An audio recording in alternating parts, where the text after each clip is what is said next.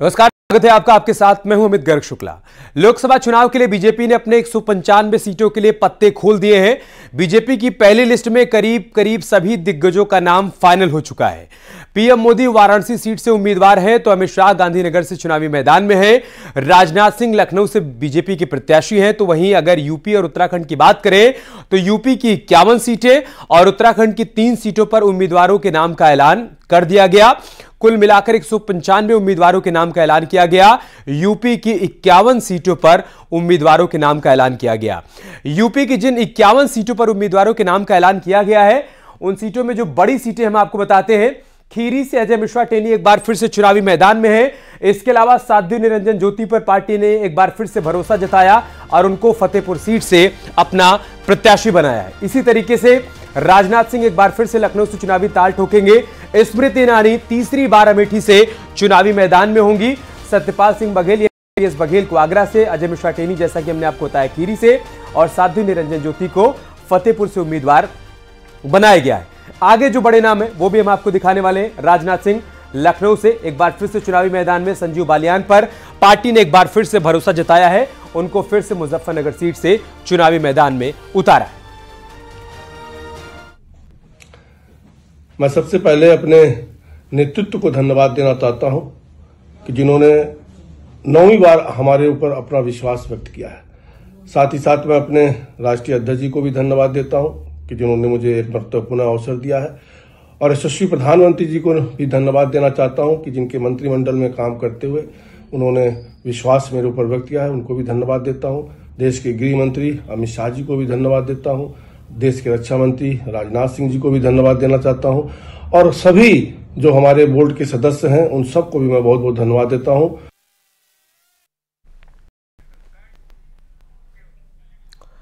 हालांकि बीजेपी की लिस्ट में यूपी में 4 नए चेहरे भी देखने को मिल रहे हैं। ये कौन से चेहरे हैं और किन सीटों पर इन पर दांव चला गया है वो भी आपको समझाते हैं। बारी बारी से उन चारों चेहरों को आपके सामने रखते हैं। कृपा शंकर सिंह जौनपुर से बीजेपी ने चुनावी मैदान में उतारा है। पहले कांग्रेस में हुआ करते थे, अब चूंकि बीजेपी में है तो बीजेपी ने उनको जौनपुर से टिकट दिया है। ओम कुमार, नगीना सिंह को चुनावी मैदान में उतारा गया है। ये 2 नए चेहरे हैं जो कि इस बार बीजेपी के सिंबल पर चुनावी मैदान में है। साकेत मिश्रा को श्रावस्ती से चुनावी मैदान में उतारा गया है। उन पर पार्टी ने भरोसा जताया है, नए चेहरे के तौर पर उनको उतारा गया है। रितेश पांडे अभी हाल ही में बीएसपी से वो बीजेपी में शामिल हुए हैं। अभी भी मौजूदा सांसद हैं वो अंबेडकर नगर सीट से ही, लेकिन वो 2019 में बीएसपी के सिंबल पर जीते थे। अब बीजेपी में है तो पार्टी ने उनको अंबेडकर नगर से चुनावी मैदान में उतारा है। ये 4 नए चेहरे हैं जिन पर पार्टी ने दांव चला है। अयोध्या फैजाबाद लोकसभा क्षेत्र से बीजेपी से तीसरी बार लल्लू सिंह को टिकट देने पर अयोध्या में दिवाली और होली जैसा माहौल एक साथ देखने को मिल रहा है। और हनुमान जी की कृपा से नेतृत्व ने हमको अयोध्या की फिर से सेवा करने का मौका दिया है। हम नेतृत्व को बधाई देते हैं कि और हनुमान जी से ही कामना करते हैं कि अयोध्या की सेवा हम ठीक से कर सकें। अयोध्या का विकास जो मोदी जी का विजन है, अयोध्या का सौंदर्यीकरण, जिस प्रकार से पूरे दुनिया में प्रभु श्री राम सबके मन में बसे हुए हैं, वैसे अयोध्या सुंदर बने, उसका विकास इस प्रकार से हो कि लोगों को मन को आह्लादित कर सके। और चलिए आपको बताते हैं कि यूपी में बीजेपी उम्मीदवारों की पहली लिस्ट में किसकी कितनी हिस्सेदारी है वो भी आप समझ लेते हैं। इसमें बड़ी बात यह है कि 51 उम्मीदवारों के नाम का ऐलान किया गया है। 7 मंत्रियों को मौका दिया गया है। बीजेपी ने उनको उत्तर प्रदेश में चुनावी मैदान में उतारा है। 17 एससी उम्मीदवार हैं। एससी उम्मीदवारों की संख्या 17 है। एक एसटी उम्मीदवार पर पार्टी ने भरोसा जताया है, चुनावी मैदान में उतारा है।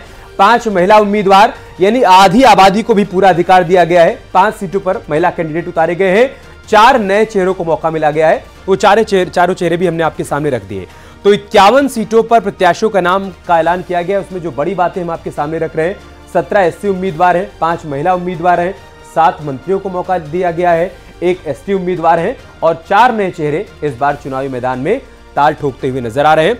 जिम्मेदारी उन पर है कमल खिलाने की। और सुब्रत पाठक पर एक बार फिर से पार्टी ने भरोसा जताया। कन्नौज से उनको एक बार फिर से चुनावी मैदान में उतारा गया है। क्या कहा है उन्होंने दोबारा टिकट मिलने के बाद, वो सुनते हैं। देखिए, ये नेतृत्व का बहुत हृदय से आभार व्यक्त करता हूं कि उन्होंने मेरे जैसे एक साधारण कार्यकर्ता के ऊपर अपना विश्वास व्यक्त किया है। और यह सब यदि संभव हुआ है तो कन्नौज की महान जनता के आशीर्वाद से संभव हुआ है। यदि कन्नौज की जनता का आशीर्वाद ही है कि जो भारतीय जनता पार्टी ने मुझे एक बार फिर से मेरे ऊपर विश्वास व्यक्त करते हुए अपना प्रत्याशी मुझे यहाँ से फिर से घोषित किया है, तो मैं कन्नौज की महान जनता के चरणों में शीश नमन करके बहुत हृदय से पुनः आभार व्यक्त करता हूँ। टिकट कंफर्म होते ही कार्यकर्ताओं में बहुत उत्साह दिख रहा है। तो देखिए, मैं कार्यकर्ता हूँ, मैं कोई कार्यकर्ताओं के बीच से पार्टी के लिए काम करते हुए यहाँ तक पहुँचा हूँ। और जब कार्यकर्ताओं के बीच से कोई निकल कर आता है तो स्वाभाविक है, ये कार्यकर्ता हमारा परिवार है। परिवार में जब किसी एक व्यक्ति की उन्नति होती है तो बाकी सारे परिवार की उन्नति होती है और सारे परिवार को अच्छा लगता है। तो जब मैं स्वयं एक कार्यकर्ता हूँ, कार्यकर्ता होने के नाते जब मुझे पार्टी के द्वारा चुना जाता है तो स्वाभाविक है कि मेरे जैसे बहुत से कार्यकर्ताओं को प्रसन्नता तो होगी। और चलिए आपको इस पहली लिस्ट की 10 बड़ी बातें बहुत आसान करके समझा देते हैं। पहली लिस्ट में पश्चिमी उत्तर प्रदेश की कितनी सीटों पर उम्मीदवारों का ऐलान हुआ है, किन सीटों को अभी होल्ड किया गया है और क्यों होल्ड किया गया है, ग्राफिक्स के जरिए हम आपको वो समझाते हैं। 4 सीटों पर अभी उम्मीदवारों का ऐलान नहीं किया गया है। मेरठ, बिजनौर, सहारनपुर, मुरादाबाद सीट को होल्ड रखा गया है। पश्चिमी यूपी में आरएलडी से गठबंधन के लिए इन सीटों को होल्ड किया गया है। 7 सीटों पर बीजेपी ने उम्मीदवार का ऐलान किया है। मुजफ्फरनगर से संजीव बालियान को तीसरी बार टिकट दिया गया है। कैराना से प्रदीप कुमार, नगीना से ओम कुमार को टिकट दिया गया है। नोएडा से महेश शर्मा, बुलंदशहर में भोला सिंह रिपीट हुए हैं। रामपुर से घनश्याम लोधी, संभल से परमेश्वर सैनी को टिकट दिया गया है। अमरोहा से कंवर सिंह तंवर को प्रत्याशी बनाया गया है। ये पश्चिमी उत्तर प्रदेश का जो समीकरण साधने की कोशिश की गई है इस लिस्ट के जरिए, वो हम आपको समझाएं।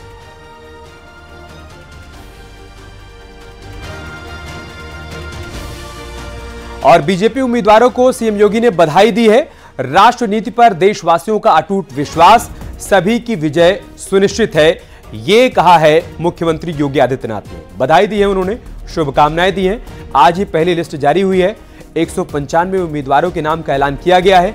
51 उम्मीदवारों का ऐलान कर दिया गया है उत्तर प्रदेश में। 80 सीटों में से 51 सीटों पर उम्मीदवारों के नाम का ऐलान कर दिया गया, जिसके बाद मुख्यमंत्री योगी आदित्यनाथ ने बीजेपी उम्मीदवारों को बधाई दी है। उन्होंने कहा है कि राष्ट्र नीति पर देशवासियों का अटूट विश्वास, सभी की विजय सुनिश्चित है।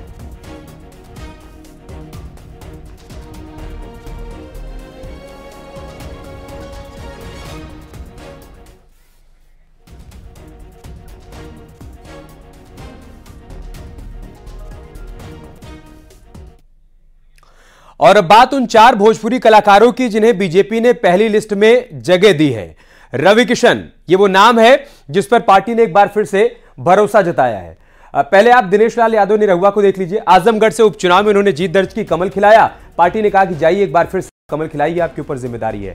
पवन सिंह को पहली बार मौका दिया गया है। आसनसोल से उनको चुनावी मैदान में उतारा गया है। पश्चिम बंगाल की सीट से उनको मौका दिया गया है। रवि किशन गोरखपुर से एक बार फिर से पार्टी ने उन पर भरोसा जताया और कहा कि जाइए एक बार फिर आप चुनावी मैदान में ताल ठोकिए।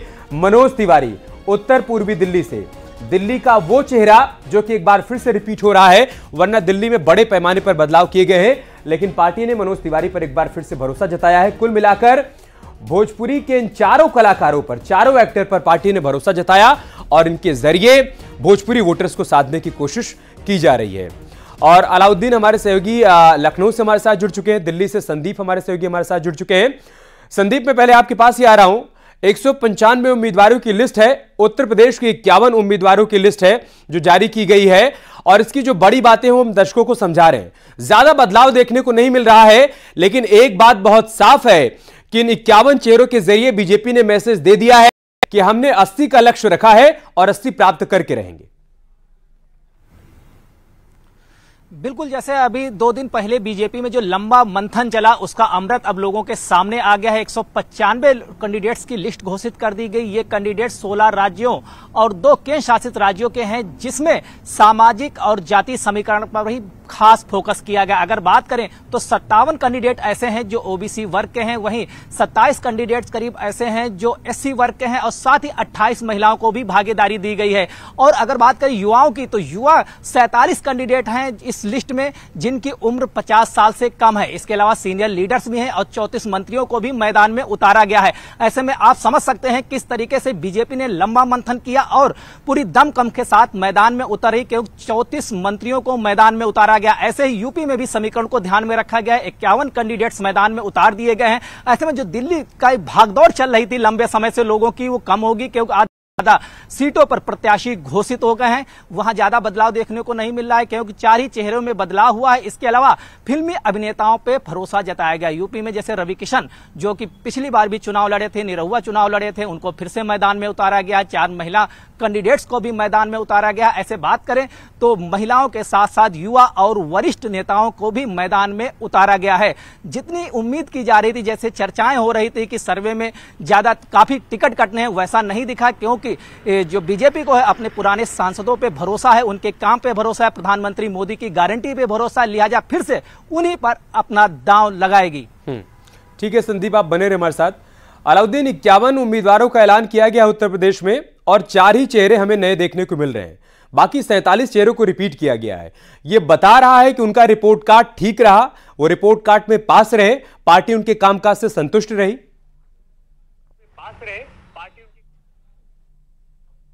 और देखिए, सहयोगी दलों के अगर सीटों को हम छोड़ दें जो करीब 6 जाती हैं, तो ऐसे में 74 सीटों पर फैसला खुद भारतीय जनता पार्टी को करना है, जिनमें से 51 सीटों पर आज नामों का ऐलान हो गया है। आप मान के चले 23 सीटों पर अब भारतीय जनता पार्टी अपने नए चेहरों को उतारेगी। लेकिन साथ ही में जिस तरह से सिर्फ और सिर्फ 4 नए चेहरे आए और बाकी लोगों को रिपीट किया गया, बात साफ तौर से हो जाती है कि जिस तरह से लगातार खबरें चल रही थी, खबरें आ रही थी कि जो सर्वे इंटरनल है भारतीय जनता पार्टी का, उसमें बातें निकल कर आ रही है कि भारी संख्या में लोग टिकट बदले जाएंगे, लेकिन वो तमाम चीज़ें दिखाई नहीं देती हैं।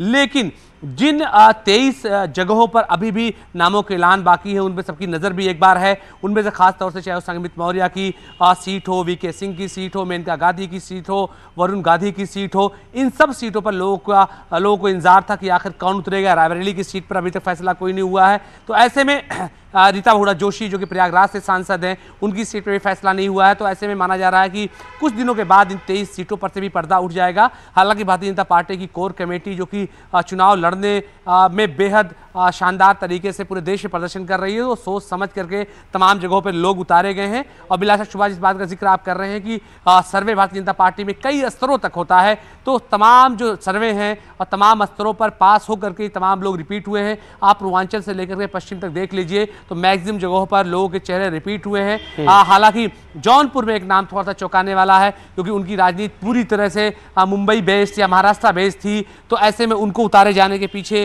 भी भारतीय जनता पार्टी का अपना तर्क होगा, क्योंकि हालांकि वो सीट पिछली बार जो है सपा और बसपा के गठबंधन में थी। तो ऐसे में माना जा सकता है कि समाजवादी पार्टी जहां कई सारी जगहों पर लोगों को उतार चुकी है, वहां भी भारतीय जनता पार्टी ने अपने लोगों को बहुत सोच समझ करके उतारा है। और ऐसे में मनोवैज्ञानिक लाभ भी भारतीय जनता पार्टी को मिलेगा, क्योंकि ज्यादातर लोगों को उन्होंने रिपीट किया है। क्योंकि रिपीट न करने की अवस्था में कई बार सवाल ये उठने लगते कि शायद भारतीय जनता पार्टी इंटरनली इन तमाम लोगों से संतुष्ट नहीं है। तो ऐसे में कई सर्वे के नतीजे के बाद अगर 47 लोगों को रिपीट किया गया है, तो मान के चलिए कि इससे 10% के करीब लोग, यानी 51 में से अगर 4 लोग बदले गए हैं, तो 10% लोगों पर ही भारतीय जनता पार्टी ने अपने लोगों पर विश्वास नहीं किया, बल्कि 90% लोगों पर विश्वास किया और उन्हीं को रिपीट किया है। ठीक।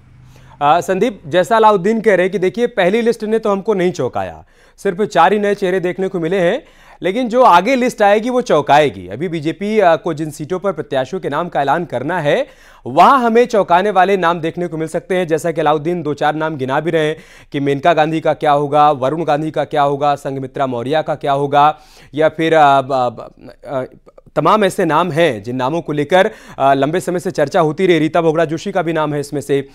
क्या दूसरी लिस्ट को लेकर जो कयास लगाए जा रहे हैं, जो अंदेशा जताया जा रहा है, वैसा कुछ देखने को मिल सकता है क्या? सोर्स कह क्या रहे हैं? बिल्कुल, जैसा कि अभी बताया हमारे सहयोगी ने कि जो 21 नाम अभी 21 लिस्ट आनी है, उस पर फेरबदल हो सकता है। खासकर इसमें वो सीटें भी हैं जिस पर पिछली बार भारतीय जनता पार्टी हारी थी। यहाँ की तक कि जहां पे भारतीय जनता पार्टी हारी थी, उसमें इस बार नए कैंडिडेट जैसे कि अंबेडकर नगर से रितेश पांडे को लाया है। इसके अलावा रायबरेली में भी कोई नया कैंडिडेट ही आएगा। इसके साथ ही अन्य जो सीटें हैं जहां पे जो कैंडिडेट बीजेपी के वरिष्ठ नेता हैं उनका टिकट बदल सकता है, जैसे प्रयागराज में बताया जा रहा है कि टिकट बदल सकता है, ऐसे अन्य इसमें बदलाव दिखेगा। और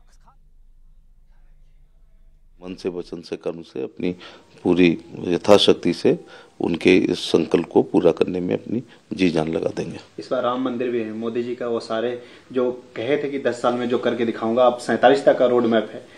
मोदी जी अब गारंटी हो गए।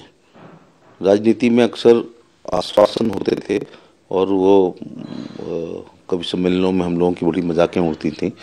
अब 370 खत्म करके 35 से खत्म करके 3 तलाक वाला कानून हटा करके राम मंदिर बना करके अब कवि सम्मेलनों में कवियों के पास विषय नहीं बच रहे हैं। अब उन्हें फिर प्यार मोहब्बत, फूल, खुशबू, संगीत, समंदर पे आना पड़ेगा, क्योंकि जो राष्ट्रीय मुद्दे थे, खासतौर से जो राष्ट्रवाद के, वो सभी नरेंद्र मोदी जी ने 10 साल में पूरा करने का काम किया है। आप ही की जगह इंडिया अलायंस यूपी में बना है, अखिलेश और राहुल आप ही के आगरा में पहुंचे थे दोनों। हाँ, एक फ्लॉप शो था बिल्कुल पूरी तरह। मैंने भी अपने लोग भेजे थे कि देखना है किस लाइन पे बात करते हैं, चूंकि ये जोड़ी एक बार पहले भी आ चुकी थी और उसमें फ्लॉप हुए और यूपी में समाजवादी पार्टी के 50 से भी कम विधायक हुए। तो काट की हड्डियां बार बार नहीं चढ़ती है, इनकी तो पहली बार भी नहीं चढ़ी थी। तो अविश्वसनीयता है दोनों के प्रति। और बहुत पहले चाणक्य जी ने कहा था, ये कोई राजा बहुत लोकप्रिय होगा। तो एसपी सिंह बघेल को सुन रहे थे आप। एक बार फिर से पार्टी ने उन पर भरोसा जताया है। आगरा से उनको चुनावी मैदान में उतारा गया है। उनका यह कहना है कि देखिए जी, मोदी जी अब जीत की गारंटी है और मोदी जी गारंटी की गारंटी है। इस वजह से ठीक है, लिस्ट भी आ गई है, प्रत्याशियों के नाम का ऐलान भी हो गया है, लेकिन हमने जो लक्ष्य तय किया है उस लक्ष्य को हम प्राप्त करेंगे। यूपी की सभी 80 सीट जीतने वाले हैं और साथ ही साथ 400 पार का जो हमारा नारा है वो भी हम इस बार प्राप्त करने वाले हैं। संदीप, अपनी बात पूरी करिए आप। जी, जैसा कि हम बता रहे थे, हमारे सहयोगी बता रहे थे कि आगामी जो लिस्ट बची है उसमें कई नाम बदल सकते हैं। खासकर इसमें वो सीटें भी हैं जो भारतीय जनता पार्टी पिछली बार चुनाव में हार गई थी। लिहाजा वहां पे नए नामों पे जो है नए नाम सामने आएंगे और नए दावेदारों पे यहां पे किस्मत आजमाई जाएगी। वहीं कुछ नेता ऐसे भी हैं जो काफी वरिष्ठ हो गए हैं और चुनाव लड़ने को लेकर उतनी सक्रियता नहीं, इनके नामों में भी बदलाव हो सकता है। वहां पे नए कैंडिडेट उतारे जा सकते हैं। हालांकि अभी 6 तारीख को दोबारा केंद्रीय चुनाव समिति की दूसरी मीटिंग है और हो सकता है कि इसमें जो सहयोगी दल है उनकी सीटों की भी घोषणा हो जाएगी और तस्वीर बहुत जल्द पूरी उत्तर प्रदेश की साफ हो जाएगी, ताकि लोगों को दिल्ली की भागदौड़ से छुटकारा मिले और चुनावी मैदान में पूरी तरीके से सक्रियता से मैदान में उतरें। तो इसको लेकर कुछ ही दिनों में तस्वीर पूरी तरीके से साफ होने वाली है कि जो सीटें अभी शाम को ही एनडीए के सहयोगी दलों के साथ मीटिंग होने वाली है जेपी नड्डा के आवास पे, और इसमें भी उन सीटों पे मंथन किया जाएगा जो कि अभी सहयोगी दलों को देनी है। और साथ ही बीजेपी इसमें देखेगी जो हमारे सहयोगी दल हैं और जिसपे वो अपने कैंडिडेट उतारेंगे उसमें हमारे सहयोगी दलों का समीकरण, वोट बैंक कैसा है, उन समीकरणों को देखकर वो अपने कैंडिडेट घोषित करेगी। ठीक है संदीप और अलाउद्दीन, आप दोनों का बहुत बहुत शुक्रिया हमारे साथ जुड़ने के लिए और तमाम जानकारी हम तक पहुंचाने के लिए। इधर अकबरपुर सीट से देवेंद्र सिंह भोले को दोबारा टिकट मिलने के बाद सांसद के समर्थकों और पार्टी कार्यकर्ताओं के बीच जश्न का माहौल है।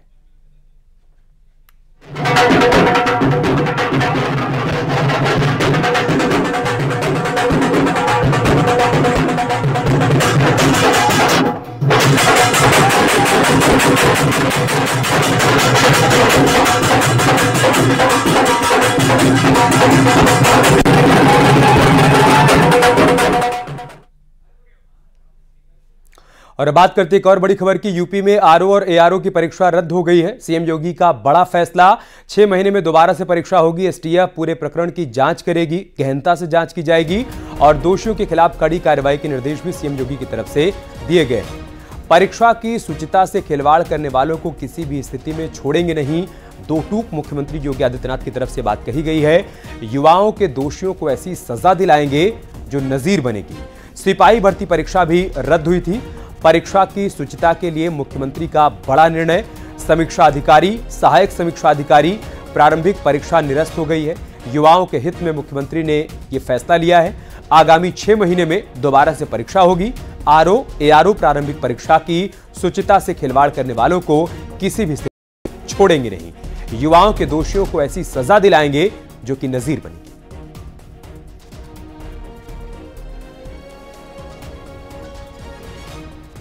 तो सोशल मीडिया प्लेटफॉर्म एक्स पर मुख्यमंत्री योगी आदित्यनाथ ने तमाम बातें लिखी हैं कि परीक्षा की शुचिता से खिलवाड़ करने वालों को किसी भी दशा में बख्शा नहीं जाएगा। सख्त संदेश सीएम योगी की तरफ से कि जो लोग भी युवाओं के भविष्य के साथ खिलवाड़ कर रहे हैं उनको इसकी सजा मिलेगी, जरूर मिलेगी। युवाओं के दोषियों को ऐसी सजा दिलाएंगे जो कि नजीर बनेगी। परीक्षा की शुचिता से खिलवाड़ करने वालों को हम सख्त सजा देंगे।